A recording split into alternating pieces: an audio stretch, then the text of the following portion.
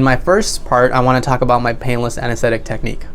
My painless anesthetic technique is something that's very specific to something that I've developed over the last few years. I've worked really hard on it. I've done a lot of research on different techniques, and I found something that works really well in my hands, and I would say I can almost guarantee a painless injection. We assess the area, what's going on, what are we trying to numb, what's the procedure at hand, what level of anesthetic do I need to achieve. From there, I dry the tissue off really nicely, and I put a topical gel. That topical gel is a very specific formulation.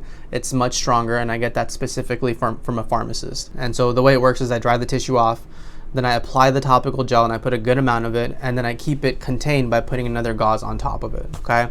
And I let that soak for about a good minute, okay? After that, I remove the gauze, and we dry the area off, and then from there, the tissue is numb for the first few layers. That's how potent that topical gel is. And then from there, using a very special technique, I enter the tissue with the least amount of trauma, and then from there, I slowly deliver the anesthetic. Usually, other doctors will deliver anesthetic over the course of maybe 10 seconds to 30 seconds.